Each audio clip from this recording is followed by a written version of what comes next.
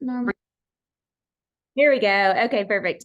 I actually had the privilege and honor of being in San Antonio week before last. My days running together. And Dr. Lawrence Yoon, the chief economist of NAR, was there. And I'm actually going to just be sharing with you guys his exact slide show deck. So number one, definitely giving Dr. Yoon all the credit for the slides. And I took a lot of notes on here, so I'm going to try to share as much as possible. And if for some reason there's a question that I don't know the answer to, you all, Frankie is on one today, so just bear with me. If there's not, hey, come here. If there's one that I don't know the answer to, I will get the answer to the question for you guys. But he shared a lot of great information. So I'm going to pass through as much as I can, and we will get started. If you can type in the chat, just because I'm curious, you don't necessarily have to say, where you're from, but just, are you slower right now, busier right now, or does it seem normal and or balanced? Slower than normal, busier, or are you kind of just balanced right now? Curious to get normal, same balance, slower than last year. Yeah, slower in Columbus, steady. Hey, I'm not going to do this today. Pretty slow. Yep. Okay. Yeah. Most people are a little slower right now. Let's see. Buying activity slowed. Yeah. Normal for seasonal, but slow compared to. So actually, Chelsea, you have a great point that I want to start with. So if you have been in the real estate industry longer than pre-COVID, pre-pandemic, we used to have this thing called seasonality. Stephanie Kellerman will know. Yes, she's shaking her head. We used to have this thing called, Tracy Edwards will know this too. We used to have seasonality. And so what that meant was we always had this like crazy spring market, and we were like, everybody was just slammed and nuts during the spring. And then it would always kind of still be busy through the summer, and then school would start back, and we would think like we were never going to sell another house. And then we would pick back up after school started back. And then it would slow down again, like right at the holidays. And then we would have this like dead of winter. And we used to always be like, oh my gosh, we're going to have to go find another job. We're never going to sell that. I mean, every single year. Then during the last couple of years when the pandemic hit, we have had no seasonality. It has been 100% spring explosion nonstop. And so if that's the only thing you've experienced, then you may not really understand the seasonality of real estate. However, we are back towards regular seasonality. So we should be starting to experience what those of us who've been in for a while have always experienced. And that's like, it's probably going to slow down a little bit in the winter, then we'll be getting ready for our spring explosion. So just wanted to share that with you, because that could be kind of what we're feeling too. I'm not sure. Some of these slides look a little bit off. I think it's because I'm using a Google slide, and I don't normally use that because that's what he had his on. But so first is high borrowing costs from Fed's aggressive policy. As you can see, the rates lately have definitely spiked, right? We've seen an increase. We've seen them continue to go up. The good news of this is he said we're still spending money as if we're in a COVID environment in the United States. I've talked about this a little bit at our business planning clinics. However, people are still spending. They're not really slowing down their spending yet. And so because of that, the rates have still continued to stay high. He is actually they're predicting that rates will level out, which I think we recently just had a little decrease, right? I believe sorry, I'm going to have to get him something, you guys. I apologize. He's not going to stop, and this is going to be miserable for all of us. We did just see a little bit of a decrease, which is great. Okay, this is it. And then you're in trouble with everyone on Zoom watching right now. We did just see a little bit of a decrease in rates. So they're predicting leveling out around 6 in Q1 and staying around 6, which would be amazing, by the way. 6 was the number that people felt like that they would actually, if they weren't thinking about buying, that they would get back out there and talk about buying. So 6 is where we would really love for them to stay. So here's where this slide shows the downgrade of debt. We're just continuing. Some of these I'm going to go a little bit past, but we're just continuing to pile up debt in our country, more so than typically what we have been before. The high interest rates that we've seen, what that's led to are home sales are down, commercial real estate transactions are down. Again, some of you that are in Columbus, you might be a little protected because you've got Intel, you've got Microsoft. I just saw, what is the third? I just saw the third, another Ronald McDonald, one of the largest Ronald McDonald's, and there was something else going in there. So that some of these areas might be a little protected, but community banks there are kind of in a mess from interest rates, which is, you know, that's one thing that makes me a little nervous. And I think that's Google. Yeah, I think it's Tracy. I think that's something that we're going to need to watch. Community banks. It could be such that, you know, we don't see them, some of them recover. And then an economic slowdown. Again, if people are still spending, so the spending really isn't slowing down, but other parts of the economy are starting to slow down. And then interest expenditure of federal debt rising. So weaker home sales exist. I've shared this slide with a couple of you. This one is, to me, kind of an important one, not a great one, but an important one, not a great positive one. I mean, so pre-COVID, existing home sales in our country are down 21% year to date. That was through August, by the way. So down 21% year to date, still thinking that they'll continue to go down through the remainder of 2023. So he said pre-COVID home sales were steady. Then at COVID, we had the lockdown, which is leading to the 21% down year to date. We're below pre-COVID conditions right now. So just to kind of give you the reality on a positive note, and this one I have shared with you, new construction homes are up 5%. So if you represent a builder or a new construction account, the positive news around that is that new construction is still looking to remain very steady. And there's a couple of reasons why. Number one, existing home sales, like resales, are down, right? So low inventory. If people can't find what they're looking for, then they're going to build. The second reason why NAR is predicting, and several other economists are predicting, that new construction will stay up is because they are still offering full commission. So just keep that in the back of your head with everything that's kind of going on right now. And especially if you represent a builder, how important it is to convey that to them. I know those of you that represent builders know that. But that's going to be continue to be very important. One point that he made are realtors can be struggling right now while home builders are up. And the number one reason of that is just low inventory. So if we have got to make our focus listings next year in 2024. Listings it has got to be the focus. It's got to be the 20%. And leads and leverage, I talked about this at the business planning clinic, have got to be the 80%. We've got to go get as many listings as we can back to get on the market, because our lack of inventory has been really kind of what's the struggle. And the other thing is, because he made a great point about this on new construction, he said building inventory eventually becomes existing inventory. And that's so true, right? Because usually, even if they build a new construction home, I mean, you see people selling after 3-4 years of building a new construction home, depending on their life circumstances. So the building inventory does tend to become our existing territory. And that would be great. Okay, so this is inventory of existing homes, existing homes low, new homes high. You can kind of see the difference there. Not going to spend a big time on that. Not going to spend a bunch of time on this one either. This is more for commercial, but office vacancy rates are still rising. Companies are going hybrid more. So commercial properties tend to be getting listed more than what we had before. So you talked about why is the Fed raising interest rates? Consumer inflation is right around 3.7% in September.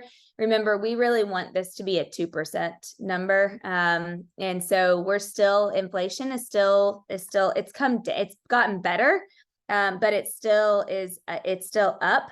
And let's see if I actually have this in here. Okay, I shared this one. I shared this slide with you guys.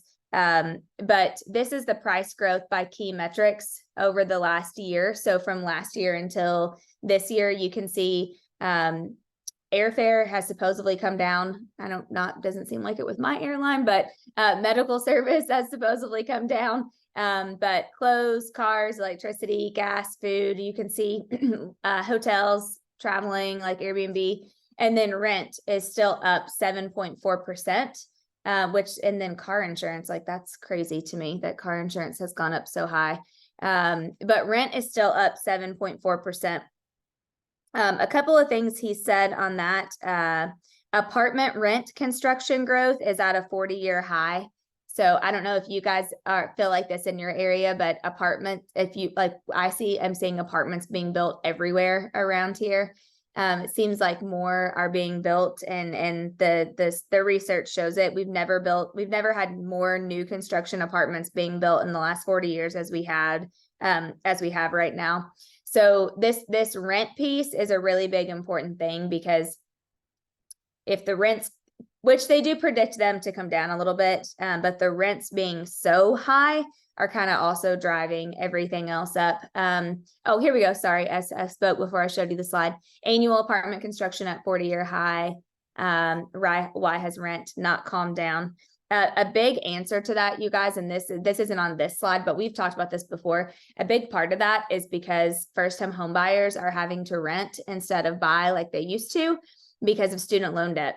And many of you have probably even, know somebody or have experienced this yourself. But with student loan debt being higher than it has been, in years, decades, it's increasing that debt to income ratio, and it's forcing first-time home buyers to kind of diminish. They're either moving back in with their parents or they're going to rent. And unfortunately, with rent prices being so high, in most cases, they actually could probably have a cheaper mortgage than what they're paying for their rent. But because their student loan debt is so high, it's not letting them qualify.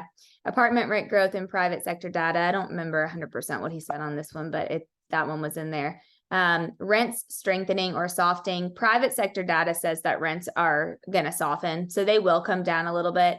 And the government data shows that too, just not as much as the private sector. So home prices. Okay, so now we want to get into home prices. This was the very interesting part to me. Let's see. You can still see that, right? Okay, perfect. Okay. So this is the home price change in 2023. So this year, quarter two. You can just see year over year. So this is just a 1-year change. Wherever your state is, this shows the appreciation or depreciation, the growth or the backwards way of home prices. In most of our states that we're in, you're going to see the blue. We have still continued to have home prices go up.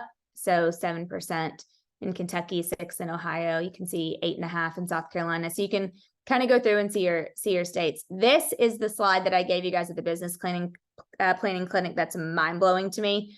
This shows home prices pre-COVID. So from January 2020 through, sorry, I forgot there were people in the waiting room. From January 2020 until the end of Q2 this year. I mean, these are insane numbers. So for almost 43% in Ohio, home price increase, 41% in Kentucky.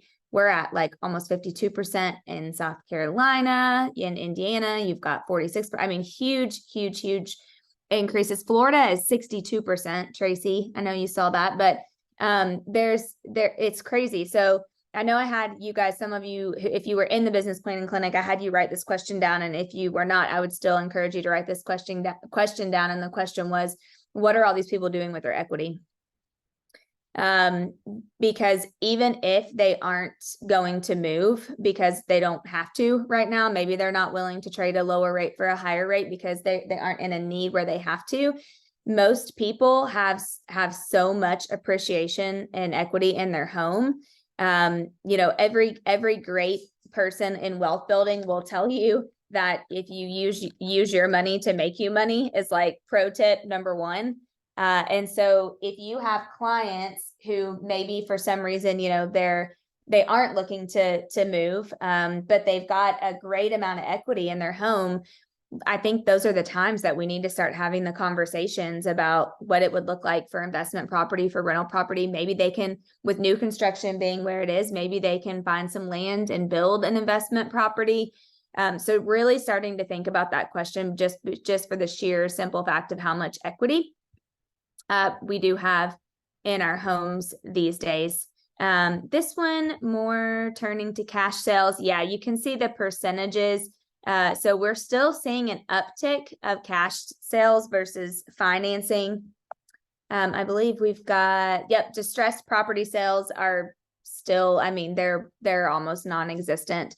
And just remember, because of the slide we just talked about, if you were in the business in the 07, 08, 09 era, right, all of that was caused because people were given loans who couldn't afford them. They didn't have the money, which is why when we came out of that, so many of us went and got our certifications for distressed property sales, and we were all learning how to work short sales and foreclosures and all of those types of things. That's not going to happen this time because of the appreciation slide, right? So most people are in a much better financial spot because they have the equity in their home. So we really don't believe that we're going to see a huge distressed sale or anything like that. Days on the market lengthens in winter months. So this goes back to true seasonality, which is what I talked about at the beginning of the Zoom. We are definitely going to go back to feeling more of a seasonality. And I don't necessarily think that that's a bad thing. I think that's just a normal thing, to be honest, with the market. And I can remember after getting over the sheer panic of, oh my gosh, it's December, I'm never going to sell a house again, to like, whew, okay, now I can catch my breath and breathe for a minute, and get my database good and get everything back organized before it just starts to go nuts again in March. Those will be probably how we'll continue to experience. Average number of offers received on sold properties. So we're not seeing as many multiple offers as what we have been over the last couple of years. Again, some of you in certain areas, you may be still seeing them, but majority of the country are not seeing a lot of multiple offers unless it's, it's a very rare neighborhood and houses don't sell a lot in there and it's priced right and, shows great and all of that stuff. Next up, existing home inventory, kind of seeing a little bit of an uptick the middle of this year, but also much lower than what it has been. Job market really quickly, total payroll jobs. So, let's see, hold on, okay, here we go. Job market, 4.5 million more from pre-COVID. It says people are back to work. I don't like feel this. So I don't know how you guys are feeling, but I still feel like it's really hard to find people. And I know many people are like applying for tons of jobs and not having a lot of, I don't know. It just seems the numbers to me don't match how reality feels, but monthly job gains are softening. So this is showing that not as many. Unemployment rate is actually the highest in nearly 2 years. So we really kind of completely changed with our unemployment rate, but it's actually starting to tick back up compared to pre-COVID to what on the onset of COVID looked like. Just trying to see if I had any notes on I don't think I had any of notes. Wage growth, weakest in 2.5 years, not a lot of pay raises, not a lot of increases, not a lot of growth in wages right now.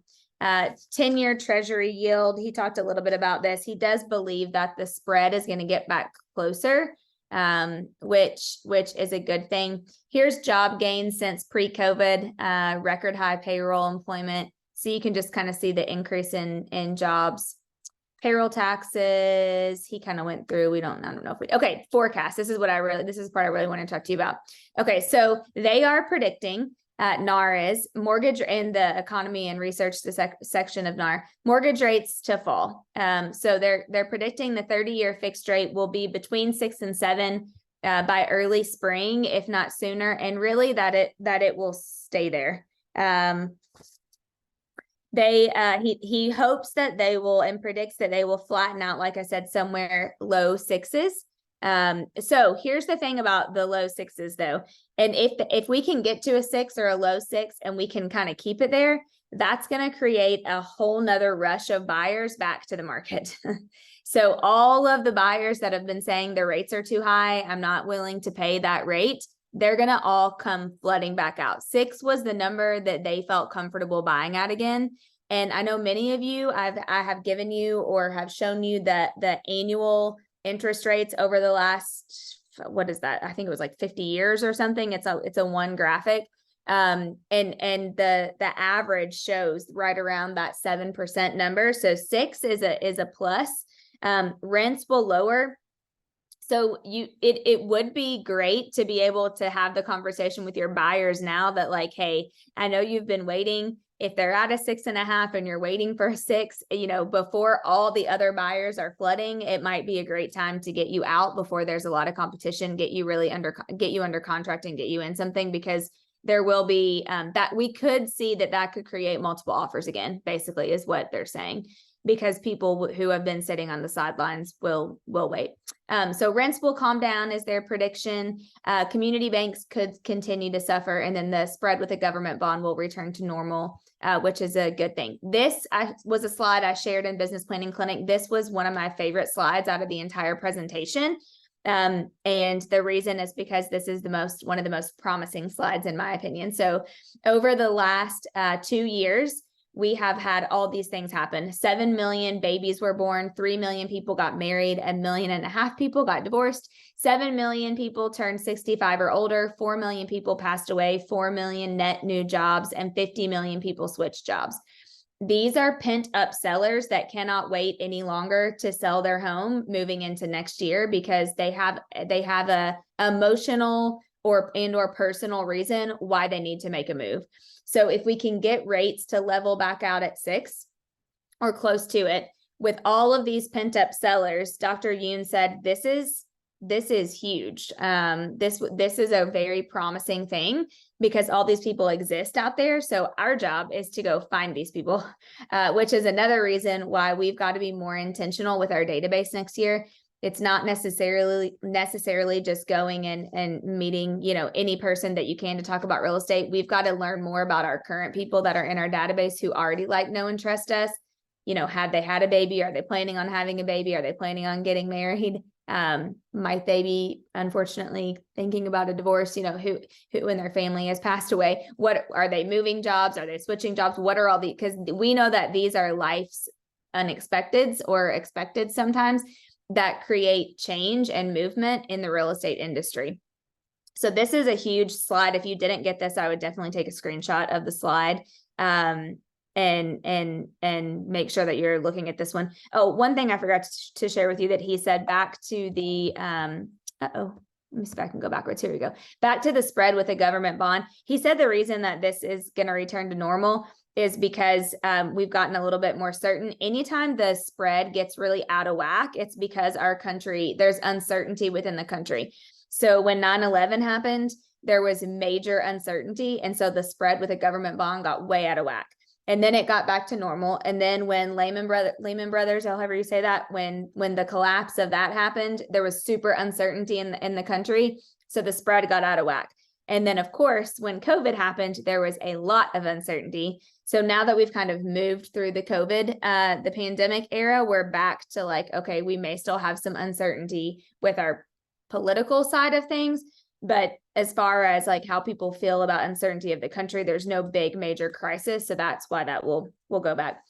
So here's the forecast that he's predicting. And a little bit of this was kind of a shock to me, honestly. So total home sales, new and existing, bottoming this year before upturn next year. So NAR is predicting that 2023 will be the worst year that we've had in the last, handful of years since the previous kind of shift in the market. They're predicting that we will end this year. This looks higher. For some reason, I was thinking he said 4.1 or between 4.1 and 4.3 million. This is looking like 4.7. I think he said that the blue, does it say that on here anywhere, was new construction? And I could have sworn he said that. And the pinkish color was existing. But looking like 2023, if we can just get past this year, NAR's prediction is that 2024 will actually have about a 15% increase, 10 to 15% increase. Now, mind you, that's from being down 21% this year and down a little over 20% last year. So, we're probably not ever going to get back to that 2020, 2021 number. But an increase compared to where we were this year and last year is what NAR is predicting. And that is very promising, in my opinion. So builders will still continue to be up, but Dr. Yoon is saying 2023 will be the hardest year. So I felt a lot of positivity. Oops, let me go back to that one before I go to that one. I felt a lot of positivity in that. Now he did say that they're predicting that the NAR membership will drop another 5 to 7% by the end of 2023. So we're still continuing to see a lot of realtors, not a lot, a good amount of realtors exit the industry, which again, for those of us who are in it for the long haul, is not probably a bad thing, right? Because that just is more deals for the rest of us to do. And if you're thinking about it, if 250,000 agents got out of NAR and they sold 2 homes last year, I mean, that's 500,000 homes that open up for everybody else to go after. So it seems a little like weird to say that. How many members now and how many? Let's see. Stephanie, I was trying to look. I don't know that I have that exact number written down. He just said, we can actually probably Google that, but whatever the NAR membership is now, he said they're predicting 5 to 7% drop between now and the end of the year. And then they're predicting another 10 to 15% drop in 2024. So I don't have those exact numbers. I'll have to look. However, if you take it from August through the end of next year, that's about a 15 to 20% drop of the total NAR number. Does anybody know the total NAR number? If you do, put it in the chat. If not, it's totally fine. But definitely more getting out next year. Sarah, so predicting higher home sales, then there you go. Thanks, Kyle. Let's see. So that's 1.5 million. That's probably about right. Is that now? That's an accurate number or like a this year number? I think he said it was right around through September. Okay. Yep. So that would, I'm just trying to see if that would get us down. Let's see, 1.5 times 15%. That's another 225,000 that would get out next year. Is on the high side. That's 15%. He said between 10 and 15%. So somewhere between 150,000 and 225,000 agents getting out of the business next year. And that's probably, honestly, you guys, that's probably about right. So yeah, good. Thank you, Kyle, for finding that. Predicting higher home sales than 2023 and lower NAR. Yes, Sarah is exactly right. Yep. Lower NAR members and higher home sales. So yep, you are spot on with that. He said a couple other things I noted on this. Home ownership is still a huge part of being an American. And he said that, I don't even know how many times, you guys, he probably said it 15 times in his presentation. He said there is still a ton of desire to own a home because it's still the American dream. It's still a huge part of being an American is owning your own home and owning a home. And so he said, oh, I found my numbers. Okay. He said 2023, they're predicting to end right around 4 million homes sold. And then 2024, they're predicting up to 4.7 million. So a good increase. We'll see. Again, I was shocked by that. It seemed a little optimistic to me. I'll be very interested to see what the KWRI research team numbers come out with at Family Reunion. If you can, I know it's a little more expensive, but if you can make it to Vegas for Family Reunion, I highly encourage you to get your ticket and get there, because I think it's going to be a very impactful season of being able for them to give us like real great true numbers. And also I heard Tony Robbins is the keynote, which is amazing. And I heard he's speaking for 3 hours, which is even more amazing. And then you've got Mel Robbins and I think Molly Fletcher is either Zooming or coming back, Rory Vaden. It's going to be great. Sarah sounds optimistic, but Lordy, I sure heard that's yes. Yeah. I felt like it, but the reason why he kept saying that those were their prediction is because of that slide that showed the pent up sellers over the last 2 years. And also because they truly believe that rates will get back in the six to low sixes. So if you do think about those, it could be true. He said he would love to see the future of an average of pre-COVID numbers. He said he could be underestimating compared to population in our country. And that's right, Stephanie, and more new construction. Yeah, has a huge play of it. Huge play on new construction. He said buyer representation lawsuit. Of course, he didn't speak a lot on that, but he did give these slides because he said the lawsuit will be worse and will really affect first-time home buyers. If anything, that'll be the group that it will affect. First-time home buyer down payment. 16% of them right now are putting zero down. 22% 1 to 5%. 16% 6 to 10%. 20% 11 to 20, and then 26, the highest percentage, are putting more than 20% down. And the biggest reason has been right because the rates. They've had to put more money down to be able to get their ratios where they can afford the payment. And most of that is coming from two things: gift money and from all the stimulus money that a lot of people got during the pandemic that the government was giving out. So that's why you see those numbers high. This was interesting to me. I spent a little bit of time during the business planning clinics talking about this. This was the first time home buyers over the last year. They ranked their challenges. 61% said finding the right property, which should not be a surprise to any of us, right? Because the inventory is so low, and because the way that their debt to income ratios have changed, finding the right property is a real struggle. But tied for second, 38% said saving for their down payment and understanding the process. So in the saving for the down payment part, that's why the potential of the buyer lawsuits, if for some reason a buyer were to have to come with now not only their closing costs, their down payment, and pay their agent on top of that, like that could be pretty devastating for a lot of first-time home buyers, for buyers in general, but mainly for first-time home buyers. So really understanding us as agents, understanding and being able to explain the value to our sellers of the commission that you charge, and then you agreeing to cooperate and pay a person who represents a buyer is going to be huge going into next year. Very huge. And then also just making sure that they understand the process really easily. So in the last couple of years during the pandemic, just remember what Gary has said. We've been in such a speed-based market that our skill-based market has gone down. We're definitely that's flip-flopping. We're getting back to a skill-based market and not as much of a speed-based market. And I say that because so many agents, I mean, all of us included, we've just been running and gunning and getting people in houses and getting them under contract and getting listings and as quick as we can, that some of us have stopped using we're not doing buyer consultations anymore. We aren't, like, our listing presentations aren't what they need to be. We aren't explaining the process like we need to explain the process.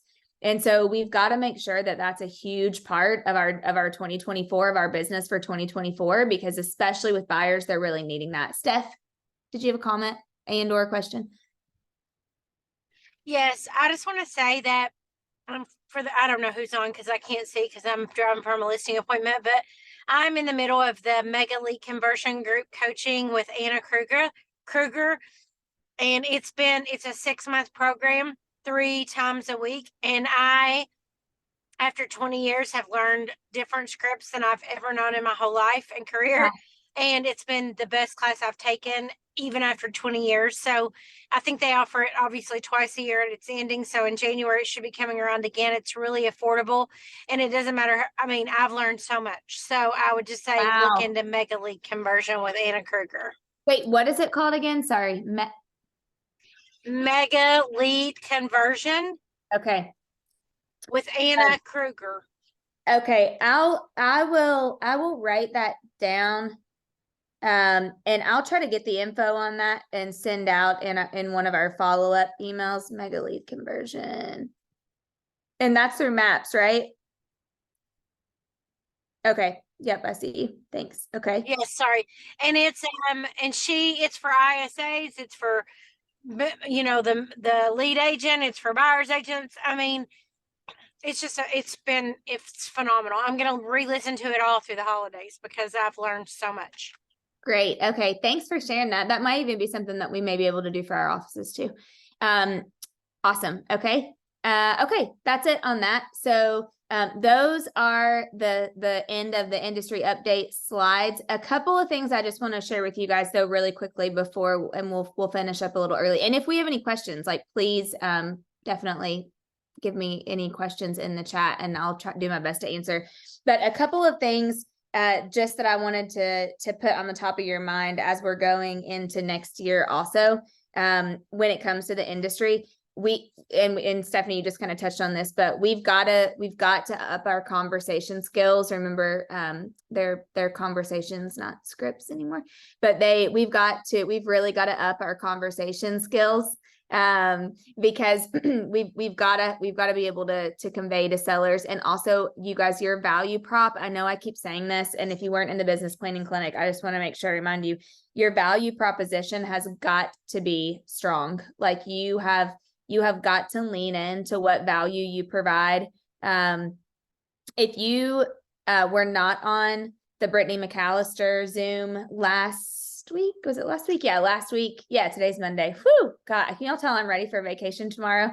If you don't know, like right before you get ready to take vacation, just everything. That's been my day today, by the way, my Monday. Hence Frankie. I mean, I can't even believe he's being quiet right now, but just it's always something. But Brittany shared, like, I'm going to go back and re-listen to that too. I mean, she shared some great, yes, Michelle, Stephanie, Kyle, I see all y'all shaking your heads. She shared the best stuff. And honestly, I just thought like, man, it's just her and one other person on her team right now. And they're going to close 120 houses this year. And she has not missed a beat on her listing presentation, her value, her home seller guides. Like, she is still giving everything that, she needed to give, even when it's been a crazy market. And honestly, I believe that that's why her business is still continuing to grow and be up so high. So if you missed that, you can go back onto YouTube. The kids crack me up. They've done this all day, you guys. They think I'm like on with like a president or somebody. Every time they walk past, they keep ducking. They keep ducking to go underneath of my Zoom. Just stop. Okay, I really am on a Zoom. Okay, so definitely go back and watch Brittany if you did not already. But the big takeaway is your value proposition has got to be strong, because you guys, even with 225, 200, however big the number gets of agents getting out of the business, you're still going to have some more objections next year to overcome than you probably ever have before. I do believe, I believe that my personal opinion, and I don't know if I should my personal opinion is it's going to take a minute, but I do believe this lawsuit stuff's going to hopefully kind of blow through. However, it could take a minute. And so we've really got to understand our conversations and our dialogues and our value with sellers. Because remember, they're listening to the media and the news and, whatever they're seeing on Facebook or TikTok or whatever for the day. And they're not in it like we are in it. And they don't understand that the reason that the way that it is to protect all parties involved and to make sure that everybody has the best chance of buying and selling a home. So I just think we've got to be really good on our value prop and on the conversations that we're having and really hold strong on some of those things. I've been working on a 1-pager to have ready by the end of the year. I've been talking to some top agents and my goal for next year is to really get great listing specialists on to be able to share with you how they do things. I'm working to get like some of the top listing agents in the country, and how, if any, they're pivoting and or changing for next year, and just with the way that the industry is going. So really, if you guys are taking any of the holidays to work on your businesses, and you're doing any of your finishing up your business planning and all those types of things, lean heavy into your value prop. And in fact, this is a funny, Sarah, you're going to be sad over this, but an old client of mine, well, not really a client, she's never bought and sold with me, but I would call her a friend from just years, many years.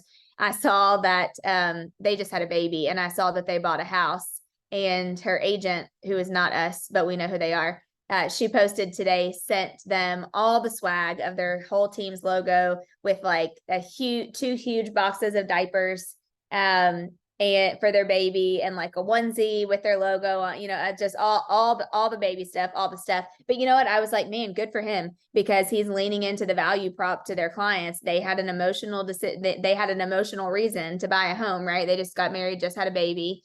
And that's the stuff that those are the people that we've got to be on the lookout for next year. We've got to pour into and really up our value. So, any questions? We're going to be finished a little early today, but hopefully you guys got some good info out of that. And as I continue to get any more for the end of the year, we'll definitely be sharing with you guys as well. Okay, great. Have a happy Thanksgiving, and anything you need, just let us know. But yeah, go work on your value prop. Thanks, guys. Have a great Thanksgiving. See ya.